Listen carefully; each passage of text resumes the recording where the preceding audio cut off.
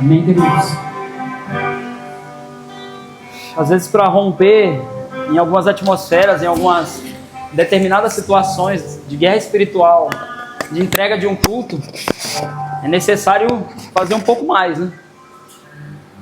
É necessário entregar um pouco mais. Às vezes a nossa entrega ao Senhor, ela é muito rasa. A gente já chega aqui com tudo pronto e acha que Ele tem que chegar aqui também pronto. E aí Ele vem e Ele mexe com as coisas do jeito que Ele quer, porque se é para Ele, aí Ele pode. E a melhor coisa é saber que Ele ainda pode. Aleluia, glória a Deus. Aí Ele mexe com a estrutura do culto, Ele mexe com a estrutura do louvor, Ele mexe com a estrutura do pregador. E aí a gente não sabe mais o que fazer, né? Ele mexe com todo mundo.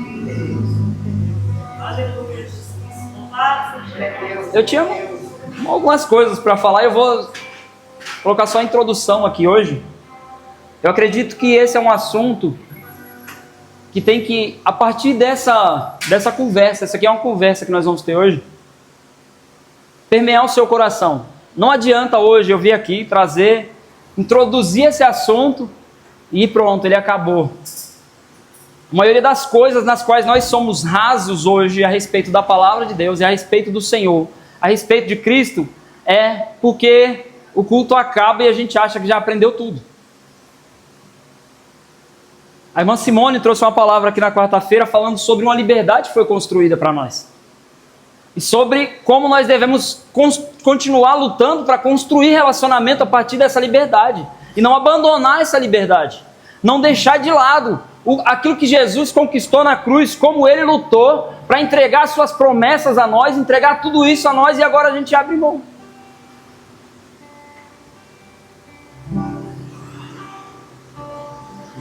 Isso é avivamento. É quando a palavra começa a tocar em áreas que a gente queria deixar escondido. É quando a palavra começa a tocar em lugares que a gente queria que ninguém soubesse. É quando a palavra começa a nos fazer refletir sobre coisas que nós achávamos que já tínhamos até esquecido. Então a igreja, ela vai caminhando e ela vai se distanciando por vezes do Senhor. Por quê? Porque quando nós vamos experimentando recursos terrenos, aparentemente parece que tudo vem de Deus. E isso acontecia com Israel, pastor. Eles iam experimentando recursos terrenos. E quanto mais recursos terrenos eles experimentavam, mais eles se afastavam do Senhor. E aí o que Deus fazia com eles? Eles geravam uma escassez. E na escassez eles se lembravam de quem era o seu pai, de quem era o Senhor e de quem era o seu Deus. E eles voltavam a clamar. Qual é a escassez que talvez o Senhor tenha que gerar na sua vida para você se lembre dele e entregue essa área nas mãos dele? Não era sempre uma escassez de recursos materiais. Chegava um ponto que Israel sentia fome e sede da palavra. Abre por favor Isaías capítulo 30, verso 10. Nem estava marcado aqui, mas 30, 10. Para você entender como era o coração desse povo. Eles diziam aos videntes, aos profetas, não tenham mais visões. E aos profetas, não profetizem para nós o que é reto. Digam-nos coisas agradáveis, profetizem-nos ilusões. Eles haviam se afastado tanto da verdade do Evangelho, porque a verdade do Evangelho ela era muito dura em certos momentos. Por que a verdade do Evangelho ela é dura? Por que ela é difícil às vezes para nós? Porque é ela que nos mantém de pé. É ela que nos mantém perto do Senhor. É ela que nos mantém perto dos verdadeiros recursos celestiais que nós precisamos. Então eles olhavam para os profetas, eles olhavam para os videntes, eles olhavam e diziam, não nos falem mais do Senhor. Profetizem-nos ilusões. E aí você vai para a internet, tem gente dizendo assim, Deus não vai te fazer ver. Pelo amor de Deus, irmão. Contemplar ou querer algo que Ele não possa te dar. Que Deus é esse? Quem é esse Deus? É o ídolo que o seu coração criou. Porque Deus olhou para Moisés e falou: sobe no monte, Moisés. Olha para essa terra, veja, contemple, eu prometi e eu vou entregar, mas você não vai receber. Moisés não era o Carlos, pecador, o maior dos pecadores, não, era Moisés. E Deus olhou para ele e falou: veja essa terra, contemple a minha promessa, mas você não vai receber. Por isso eu vou te dizer, irmão, Deus vai te fazer ver, desejar coisas que Ele não vai te dar, só para Ele ver o que está no seu coração. Esse é o verdadeiro Evangelho. Esse é o Evangelho aonde nós não paramos por causa daquilo que nos falta. Esse é o Evangelho do Senhor. Mas o povo de Deus constantemente escolhe os seus profetas. O povo de Deus escolhe as partes da palavra que são mais agradáveis a Ele.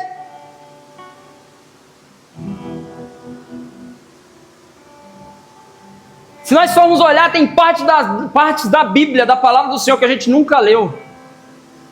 Porque quando a gente começou a ler, começou a mexer aqui dentro. Falou: não vou ler isso aqui não. Mas quando a gente abre no Salmo: Senhor é o meu pastor, não me faltará. Deus está falando comigo, pastor.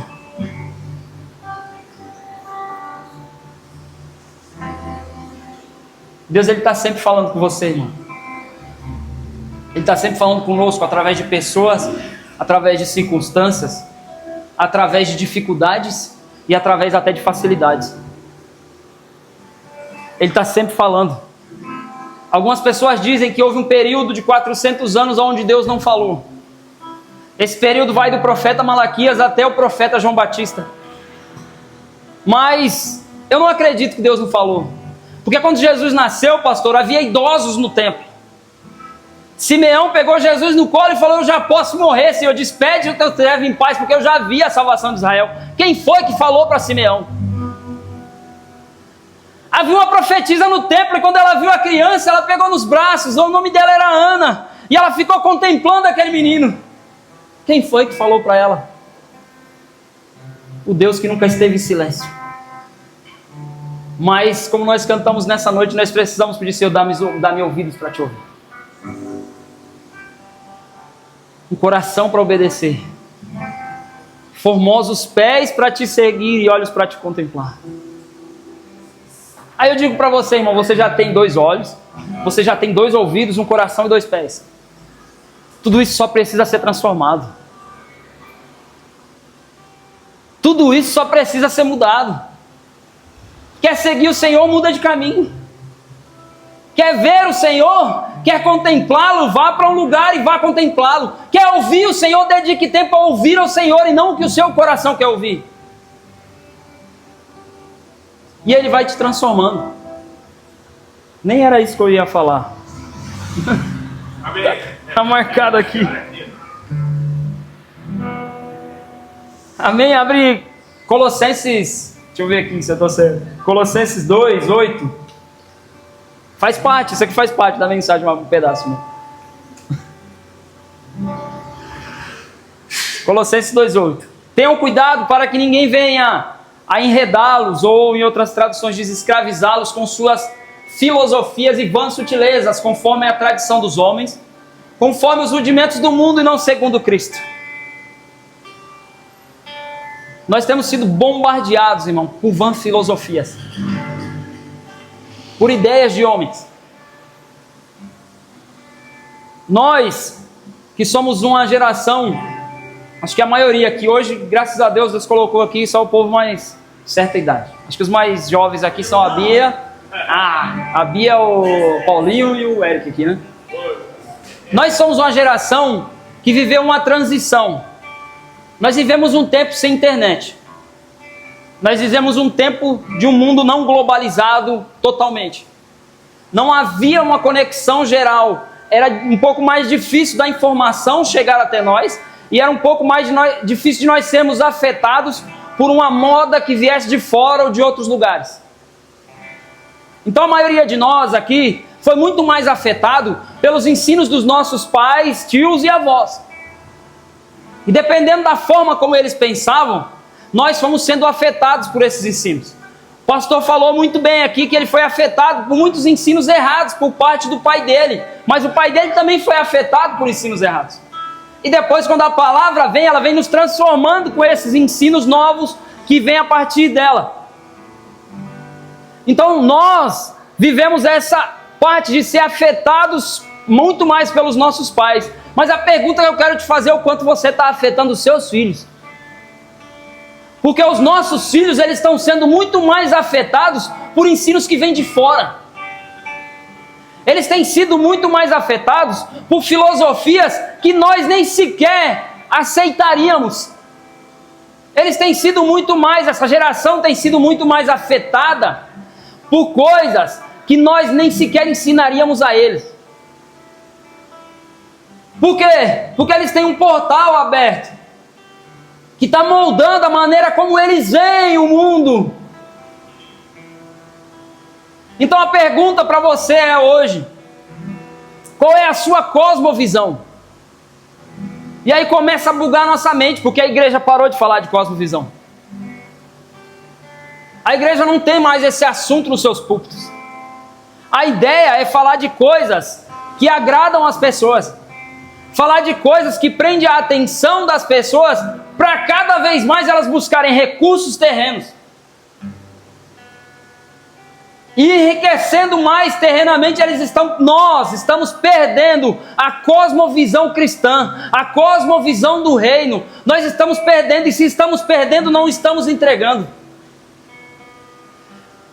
Porque a gente só pode dar aquilo que tem.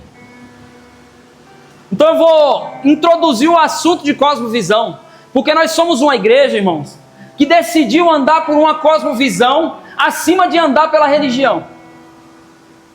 Qual que é a diferença entre os dois? A religião, ela molda comportamento, mas a cosmovisão, ela transforma entendimento.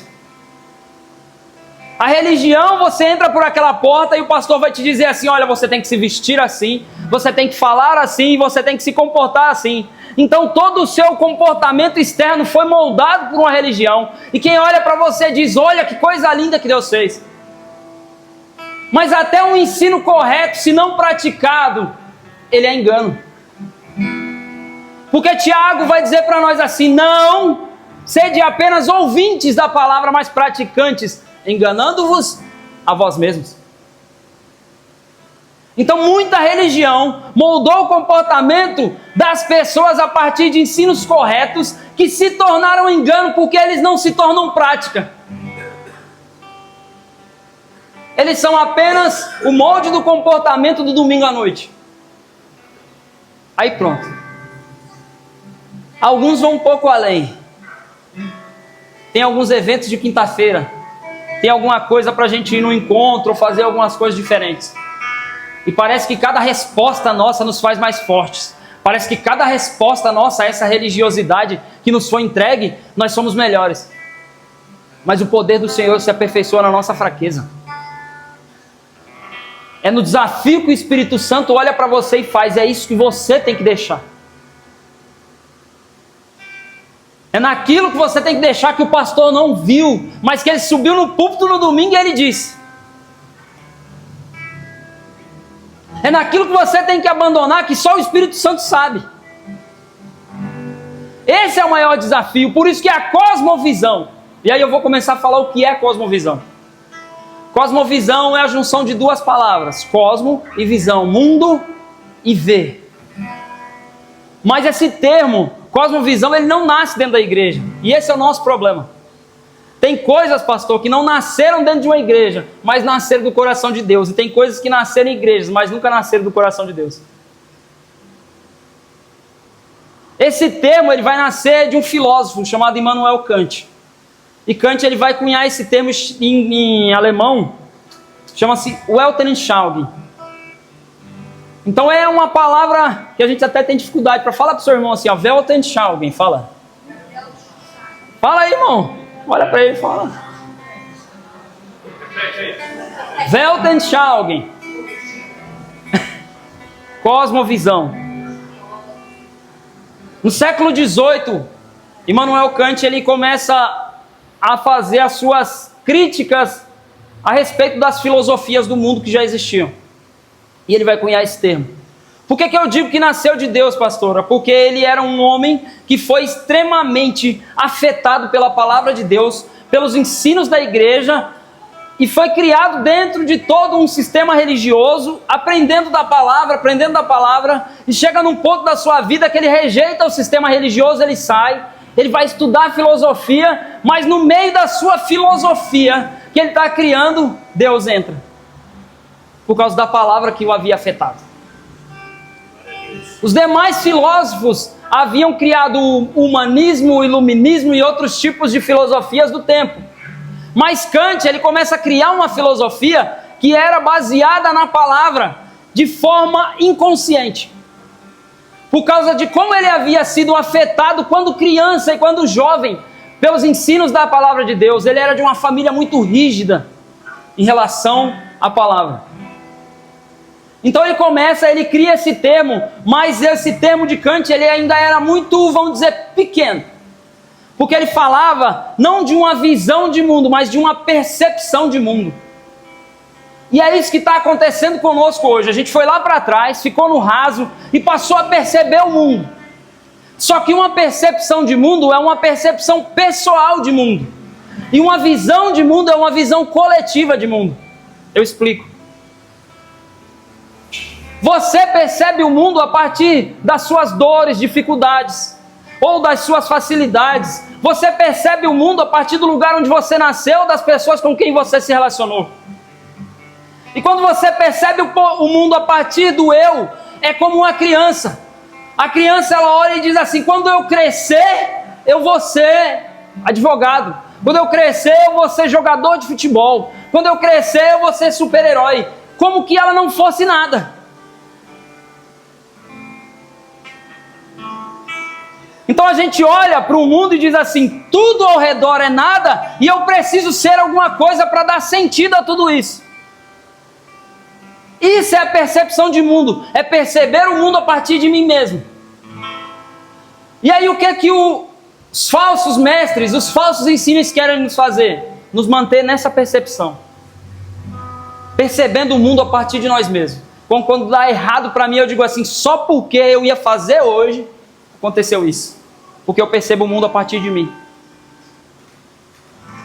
Só porque eu queria ir lá hoje, o carro quebrou. É só por causa de você, irmão.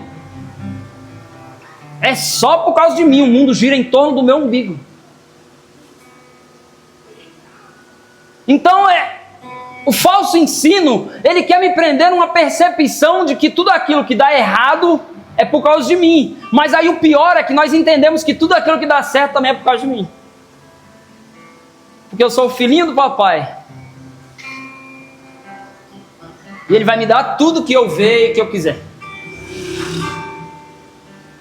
Essa é a percepção de mundo que a princípio, da qual Kant estava começando a falar. Ele vai ser muito mais profundo nisso. Mas a princípio era isso. E talvez você está aqui hoje preso numa percepção de mundo. Olhando o mundo a partir das suas próprias lentes e a partir do seu próprio coração.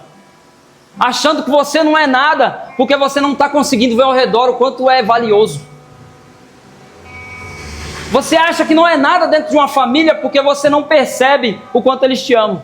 Você acha que não é nada dentro de uma igreja porque você não sabe o quanto faz falta para os seus irmãos. Você acha que não é nada. Porque você está preso numa percepção de mundo que só olha para si mesmo.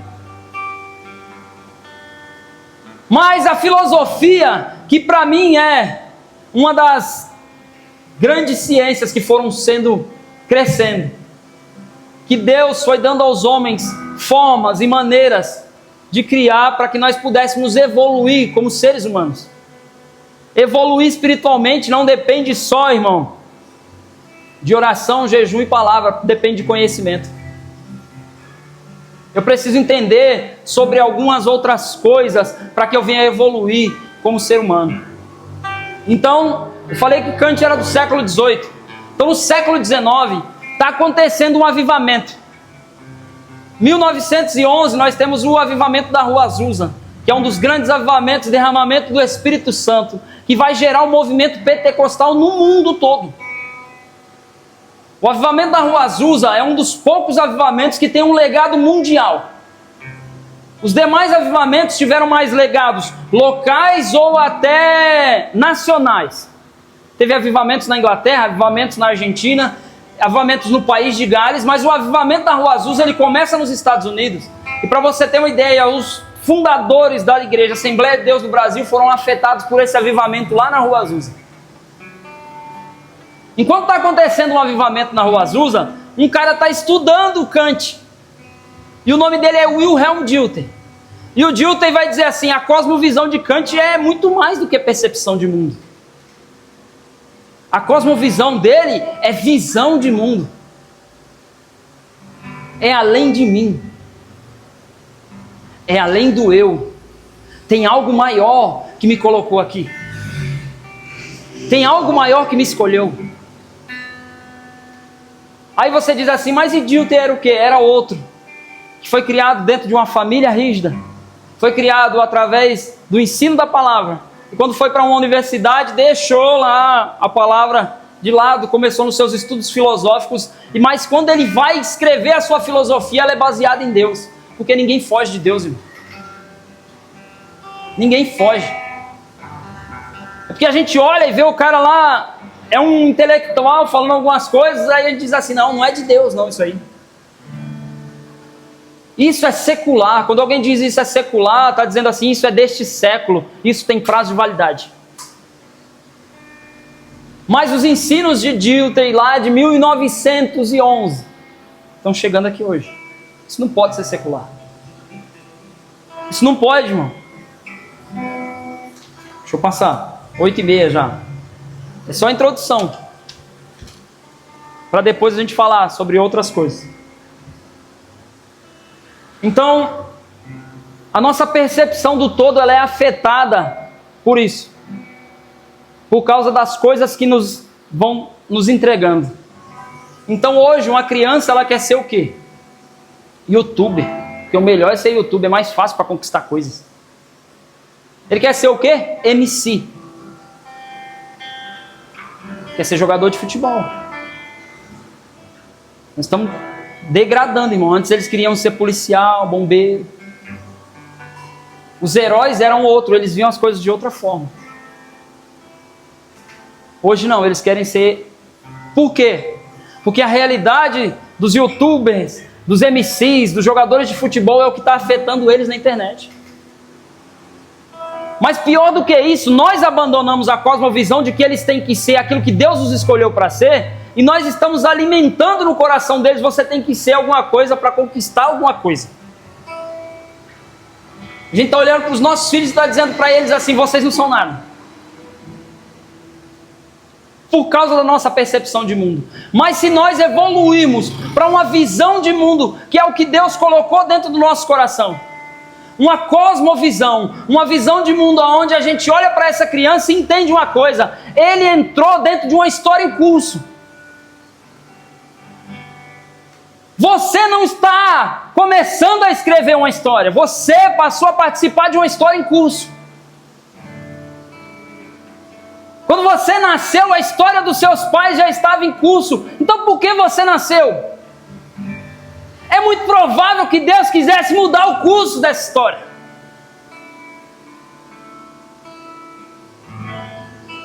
Que o curso dessa história não estivesse indo para onde Deus escolheu que ele fosse.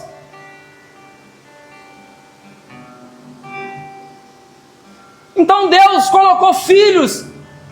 Ele trouxe nós como crianças para mudar o curso de uma história. Quantos casais que talvez quisessem se separar, mas depois do nascimento de uma criança decidiram permanecer? Foi Deus mudando o curso de uma história.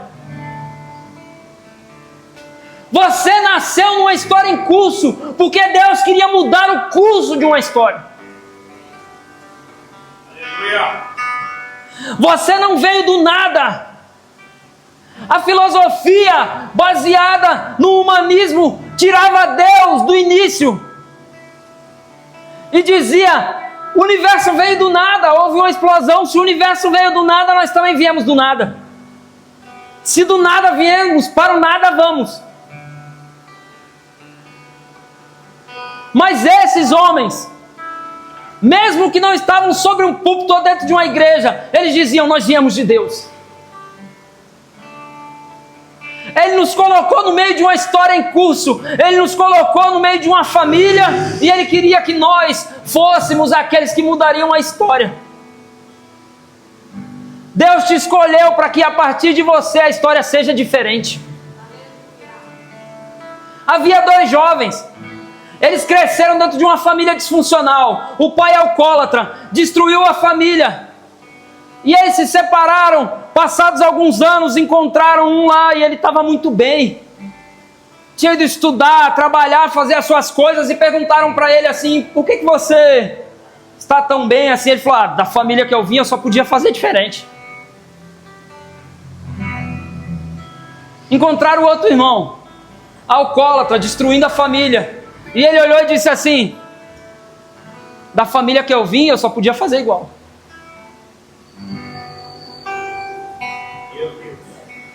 A minha pergunta para você é: como você está vendo a escolha de Deus por você? Como é que você está vendo a escolha de Deus para mudar o curso da história de uma família? Como é que você está se posicionando para ser esse que vai trazer uma palavra nos dias difíceis? Como é que você está se posicionando para ser aquele que eles vão procurar para uma oração de um Deus que talvez até ontem eles nem acreditavam?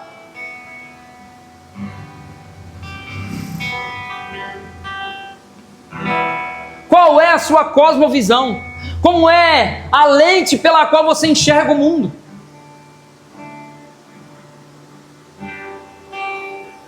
Então, o Dilthey, ele vai fazer o seguinte: diferente do Kant, que vai inserir o conceito, vai falar um pouco sobre ele, vai deixar uma percepção de mundo, ele vai se aprofundar. E aí, ele vai continuar ensinando, e praticamente todos os ensinos do filósofo Wilhelm Dilthey, que é alemão, foram baseados na ideia de cosmovisão. Tem um pastor que diz assim: sua cosmovisão é o filtro pelo qual você processa cada informação, cada experiência e cada relacionamento.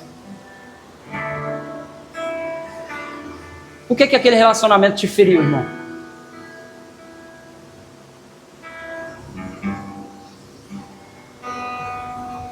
Por que aquela experiência te feriu? Por que aquela informação te colocou para baixo?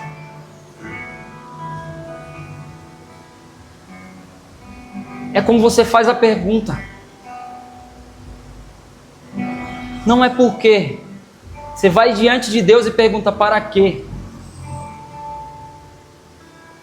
Um dia eu estava em casa, estava preparando a minha mudança, e uma pessoa me ligou e disse assim: eu preciso de um conselho. Eu disse: eu não dou conselho, a gente tem que entrar no conselho do Senhor, a palavra diz. O conselheiro é o Espírito Santo. Mas a pergunta da pessoa, durante meia hora de ligação, era: por que isso? Por que isso? Por que aquilo? Aí eu deixei falar, e quando acabou eu disse assim: você está fazendo a pergunta errada. É para quê?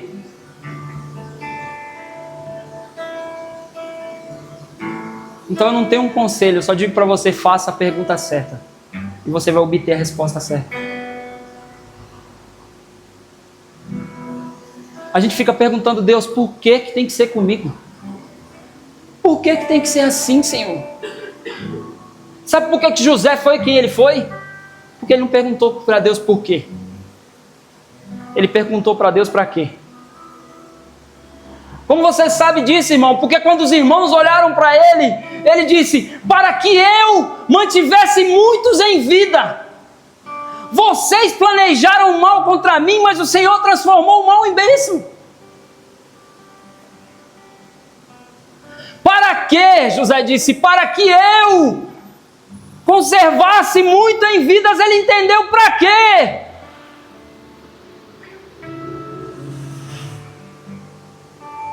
O porquê é baseado no eu, o para quê é baseado no nós. O porquê nasce da minha indignação, o para quê nasce da minha responsabilidade diante de Deus. O porquê nasce daquilo que eu não quero fazer, mas o para quê nasce da vontade que eu quero contemplar.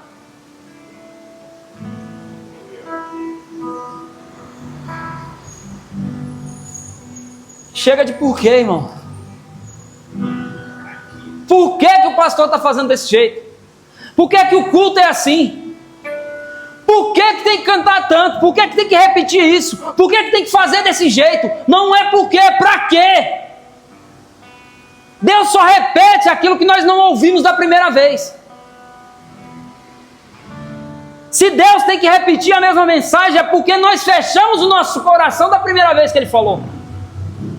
E Deus não vai se furtar em repetir, porque Paulo olhou para eles e disse assim: eu não me canso de repetir, porque é segurança para vós.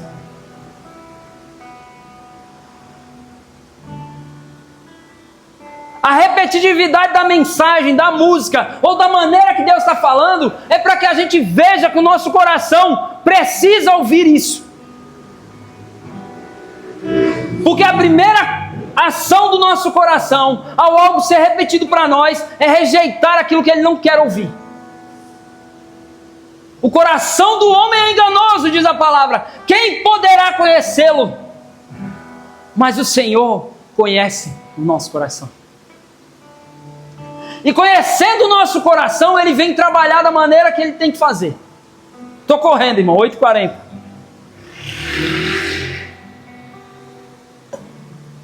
Se quiser que eu paro, vocês me falam assim: eu tenho que ir embora, irmão, eu paro. Ainda tem muita coisa. A cosmovisão humanista é o ponto de partida errado. O homem e o eu, como razão de todas as coisas, razão humana autônoma e fonte final da verdade, leva ao relativismo e a um subjetivismo do ponto de vista sentimental, intuitivo. A sabedoria terrena, animal e diabólica. É assim que Tiago diz que é a nossa percepção de mundo, se ela não for afetada pela palavra de Deus e pelo Espírito Santo. Não precisa pôr o versículo, mas em Juízes 21, 25, vai ter uma frase que ela se repete durante todo o livro de Juízes. Cada um fazia o que achava certo. Cada um fazia como achava certo. Porque eles percebiam o mundo a partir de si mesmos. E Israel foi caindo. Que se você ler de Juízes 19 até 21, você duvida que está lendo a Bíblia. Eu te aconselho a ler Juízes do capítulo 19 até o capítulo 21, que é o último. Você vai duvidar que está lendo a Bíblia. Vou citar. O homem está indo viajar com a sua esposa e passa por uma tribo de Israel. Ali ele vai ficar na casa de um senhor abrigado. Os homens daquela tribo, que era a tribo de Benjamim, vão até a casa e diz a ele a mesma coisa que aconteceu em Sodoma e Gomorra: saia para que tenhamos relação contigo. Os homens de Israel queriam ter relações com outros homens. Não tinha anjo lá não, irmão, para defender igual tinha lá o anjo para defender as filhas de Ló. O que o homem fez? Pegou a sua concubina, a sua esposa, e colocou do lado de fora.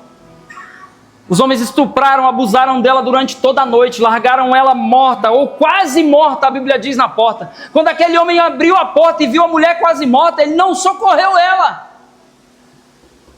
Porque ele fez o que parecia certo aos seus próprios olhos. Os homens que abusaram dela fizeram o que parecia certo aos seus próprios olhos. Então ele olha ela quase morta, a Bíblia diz, e ele acaba de matar a mulher. Divide em 12 pedaços. Isso é Bíblia, irmão. Vai ler a Bíblia. Ele divide ela como uma mensagem ao povo de Israel. Manda os pedaços, um para cada tribo. E aí eles dizem assim: alguém fez loucura em Israel. E eles se juntam para matar toda a tribo de Benjamim. Porque isso parecia certo aos seus olhos. Vai repetir. E eles atacam a tribo de Benjamim. E vão sobrar ali acho que 30 e poucos homens só. Eles quase dizimaram. E aí eles caem em si e falam: nós quase arrancamos de Israel uma das nossas tribos. A gente não pode fazer isso. mas eles faziam o que era certo aos seus próprios olhos. Então eles disseram: quem foi que não veio lutar conosco para matar Benjamim? Então não vieram os homens de Gileade. Vamos fazer um negócio. Esses que sobraram estão escondidos, fala para eles saírem do esconderijo deles, para eles irem até Gileade, porque tem um momento em que os pais vão descuidar das filhas. Fala para cada um deles roubarem uma virgem, se casarem com elas. E quando eles quiserem tomar as filhas de volta, se vocês tomarem as filhas deles, vamos fazer com vocês o que fizemos com eles. Porque isso parecia certo aos próprios olhos. Isso é Israel, irmão. Isso é cada um fazendo o que parece certo aos seus próprios olhos, em submissão ao Espírito Santo. Isso é eles abandonando os ensinos de Josué, os ensinos de Moisés. Você pergunta quanto tempo fazia, irmão? Não fazia nem 400 anos. São 12 ou 14 juízes, se eu não me engano. O juiz que governou mais tempo governou 40 anos. Se a gente for fazer a conta, são 460 anos. Vai falar: nossa, 460 anos para mim é muito. Mas se eu pensar geracionalmente, não é muito.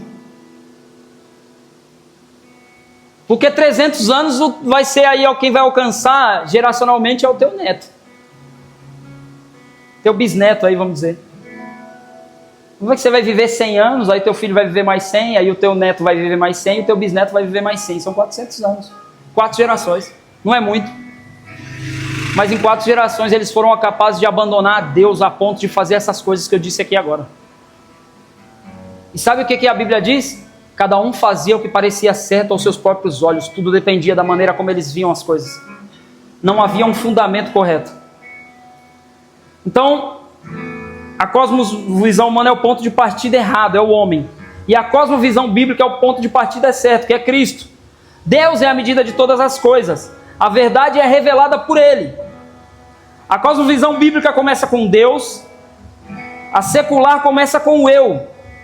A distância é entre o céu e a terra, entre o céu e o inferno, entre a verdade e a mentira. Isso diz John MacArthur. O fundamento determina a estrutura. O humanismo leva a fragmentação. A fé em Deus leva a coerência.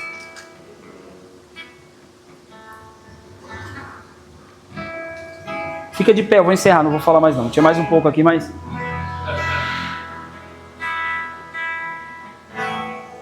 Se você ficou curioso, eu termino. Se você não ficar curioso, eu não termino. Mas na próxima, não hoje.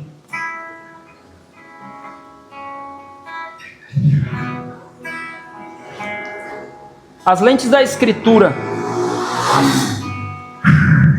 são as únicas que são capazes de nos dar o diagnóstico correto do mundo. Porque dele, por ele e para ele são todas as coisas. A ele seja a glória para sempre. Amém. Romanos 11:36. A Bíblia nos dá as lentes corretas. A Bíblia nos dá as maneiras corretas de ver o mundo. O mundo tem ordem, propósito e valor. Nós somos a imagem de Deus. Gênesis 1:27. Gênesis 1:31. Tudo que Deus fez era muito bom. Deus te fez e olhou e falou: é muito bom. Isso é a criação. A queda é o diagnóstico do problema. Quando nós caímos, o pecado distorce as nossas mentes, explicando o mal e o sofrimento de maneira errada. Romanos 3:23, todos pecaram e destituídos foram da glória de Deus. É por isso que nós não conseguimos ver corretamente, porque nós pecamos. Porque o pecado entrou no mundo. E quando o pecado entra, Deus sai. Quando o pecado entra, Deus se afasta. E quanto mais nós vamos deixando que o pecado tome conta de nós, mais ele vai se afastando. Cristo é o único caminho para a restauração.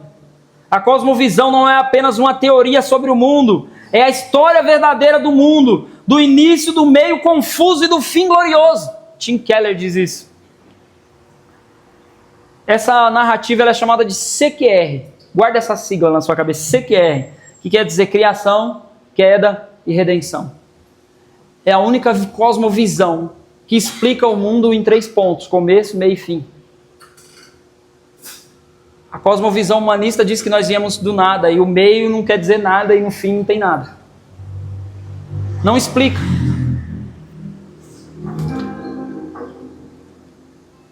Vou terminar.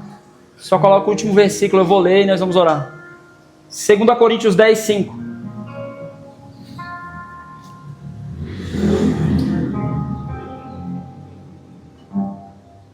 Vamos ler juntos. Eu falei rápido. 2 Coríntios 10, 5. Perdão, Joyce. Amém? Vamos ler juntos? Bem certinho assim. Destruímos argumentos e toda altivez que se levanta contra o conhecimento de Deus. E levamos cativo todo pensamento para torná-lo obediente a Cristo. De novo. Destruímos argumentos e toda altivez que se levanta contra o conhecimento de Deus. E levamos cativo todo pensamento para torná-lo obediente a Cristo. Amém?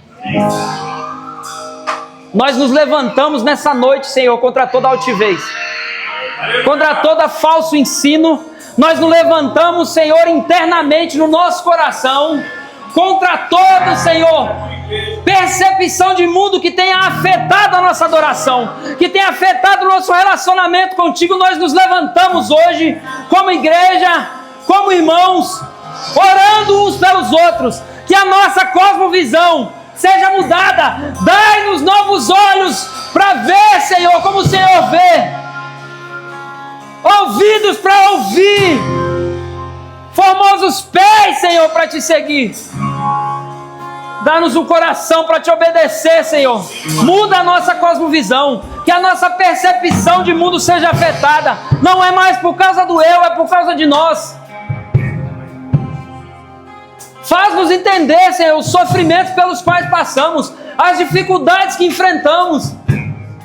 Que o Teu Espírito Santo encontre em nós corações quebrantados e contritos, prontos para viver algo novo na Tua presença.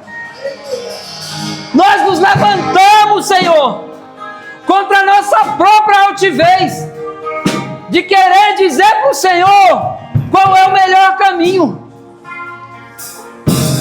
contra toda a nossa pretensão do certo. Nós nos levantamos hoje, Senhor,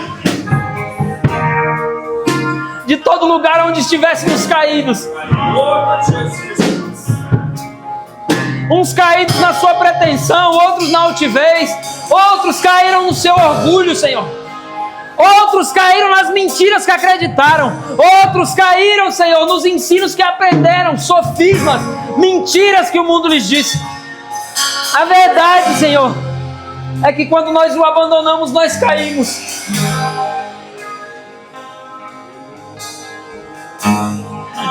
Mas nós louvamos o Teu santo nome, porque o Senhor não nos deixará prostrados. Porque a Tua palavra diz que o justo pode cair, Senhor, mas o Senhor o levantará. Louvamos o Senhor porque o Teu braço não está encolhido, o Teu ouvido não está agravado, Senhor, o Teu braço não está encolhido para que não possa socorrer, o Teu ouvido não está fechado para que não possa ouvir. Por isso nós levantamos de todo lugar aonde caímos, Senhor.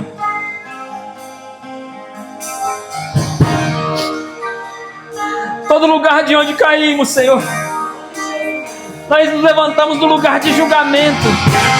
Nós nos levantamos, Senhor, do lugar, Senhor, onde julgamos os irmãos, porque nesse lugar nós caímos.